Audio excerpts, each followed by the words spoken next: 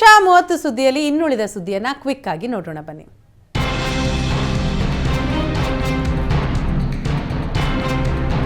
ರಾಜ್ಯ ರಾಜಧಾನಿಯಲ್ಲಿ ಮತ್ತೆ ಡೆಂಗಿ ಪ್ರಕರಣ ಹೆಚ್ಚಾಗಿದೆ. ಕಳೆದ ಒಂದೇ ತಿಂಗಳಿನಲ್ಲಿ 1400ಕ್ಕೂ ಅಧಿಕ ಕೇಸ್ ದಾಖಲಾಗಿದ್ದು ಆತಂಕ ಹೆಚ್ಚಿಸಿದೆ. ಬೊಮ್ಮನಹಳ್ಳಿಯಲ್ಲಿ ಅತಿ ಹೆಚ್ಚು ಡೆಂಗಿ ಪ್ರಕರಣ ಪತ್ತೆಯಾಗಿದ್ದು ವಾತಾವರಣದಲ್ಲಿ ಏರುಪೇರಾಗುವ ಸ್ಥಿತಿ ಬಂದಿದೆ. ಕಳೆದ ನವೆಂಬರ್ 1ರಿಂದ ಡಿಸೆಂಬರ್ 8ರವರೆಗೆ ನಗರದಲ್ಲಿ ಒಟ್ಟು 7642 ಮಂದಿಗೆ ಡೆಂಗಿ ಪ್ರಕರಣಗಳು ದಾಖಲಾಗಿವೆ. ಬೊಮ್ಮನಹಳ್ಳಿ ವಲಯದಲ್ಲಿ 182, ದಾಸರಹಳ್ಳಿ ವಲಯ 3, ಪೂರ್ವ ವಲಯ 343, ಮಹದೇವಪುರ ವಲಯ 180, ಆರ್ಆರ್ ನಗರ ವಲಯ 149, ದಕ್ಷಿಣ ವಲಯ 299, ಪಶ್ಚಿಮ ವಲಯ 168, ಯಲಹಂಕ ವಲಯ 144 ಸೇರಿದ ಹಾಗೆ ನಗರದಲ್ಲೇ ಒಟ್ಟು 1468 ಕೇಸ್ ದಾಖಲಾಗಿವೆ.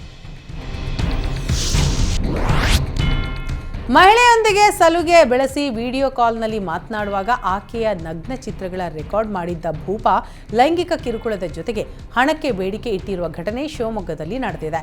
ಕಾರು ಚಾಲಕನ ವಿರುದ್ಧ ಶಿವಮೊಗ್ಗದ ಸೈಬರ್ ಠಾಣೆಯಲ್ಲಿ ಪ್ರಕರಣ ದಾಖಲಾಗಿದೆ.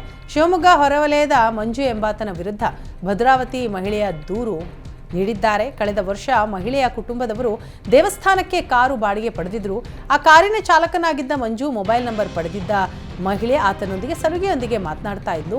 ಈ ವೇಳೆ ವಿಡಿಯೋ ಕಾಲ್ನಲ್ಲಿ ಮಾತನಾಡುವಾಗ ಮಹಿಳೆಯ ನಗ್ನವಾಗಿದ್ದನ್ನ ಆತ ರೆಕಾರ್ಡ್ ಮಾಡಿಕೊಂಡಿದ್ದ.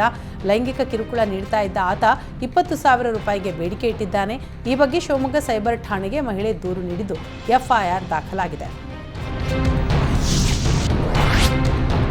ಕಾಂಗ್ರೆಸ್ ಸರ್ಕಾರದ ಗ್ಯಾರಂಟಿ ಯೋಜನೆಯಲ್ಲಿ ಒಂದಾದ ಶಕ್ತಿ ಯೋಜನೆ ಜಾರಿಯಾದ ಬಳಿಕ ವಿದ್ಯಾರ್ಥಿಗಳು ಶಾಲಾ ಕಾಲೇಜಿಗೆ ಹೋಗೋದೇ ದೊಡ್ಡ ಸಮಸ್ಯೆಯಾಗಿದೆ.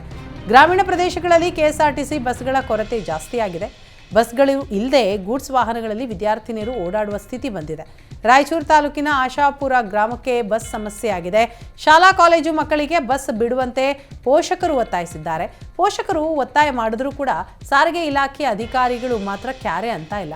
ಮಕ್ಕಳು ಹಾಗೂ ಮಹಿಳೆಯರು ಸರ್ಕಾರಕ್ಕೆ ಹಿಡಿಶಾಪ ಹಾಕುತ್ತಾ ಖಾಸಗಿ ವಾಹನದಲ್ಲಿ ಓಡಾಡ್ತಾ ಇದ್ದಾರೆ.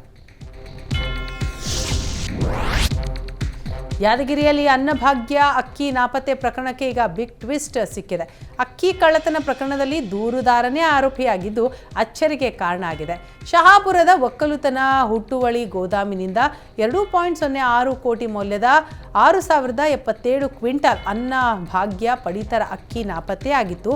ಈ ಕುರಿತಾಗಿ ಆಹಾರ ನಾಗರಿಕ ಸರಬರಾಜು ಇಲಾಖೆ ಅಧಿಕಾರಿ ಡಿಡಿ ಭೀಮರಾಯ್ ಮಸಾಲಿ ಶಹಾಪುರ ಪೊಲೀಸ್ ಠಾಣೆಯಲ್ಲಿ ದೂರು ನೀಡಿದರು. ಭೀಮರಾಯ್ ಮಸಾಲಿ ದೂರಿನ ಆಧಾರದ ಮೇಲೆ ಪೊಲೀಸ್ ತನಿಖಾ ತಂಡ ವಿಚಾರಣೆಯನ್ನು ನಡೆಸಿದ್ದಾಗ ಅಸಲಿ ಸತ್ಯ ಬಟಾಬಯಲಾಗಿದೆ. ದೂರು ನೀಡಿದ ಭೀಮರಾಯ ಮಸಾಲಿಗೆ ಪ್ರತಿ ತಿಂಗಳು 50,000 ಲಂಚದ ಹಣ ಸಂದಾಯವಾಗ್ತಾ ಇತ್ತು ಎಂಬ ಮಾಹಿತಿ ತನಿಖೆಯ ವೇಳೆ ಹೊರಬಿದ್ದಿದೆ. ಬೇಲಿಯೇ ಎದ್ದು ಹೊಲ ಮೇದಂತೆ ಎಂಬ ಗಾದೆ ಮಾತಂತೆ ಅಕ್ಕಿ ನಾಪತ್ತೆ ಪ್ರಕರಣದಲ್ಲಿ ಅಧಿಕಾರಿಗಳೇ ಭಾಗಿಯಾಗಿರೋದು ಬೆಳಕಿಗೆ ಬಂದಿದೆ. ದಂಧೆಗೆ ಸಹಕಾರ ನೀಡಿದ್ದಕ್ಕೆ ಫುಡ್ ಇನ್ಸ್ಪೆಕ್ಟರ್ಗಳಿಗೆ ಪ್ರತಿ ತಿಂಗಳು 20,000 ಲಂಚ ಸಂದಾಯವಾಗ್ತಾ ಇತ್ತು.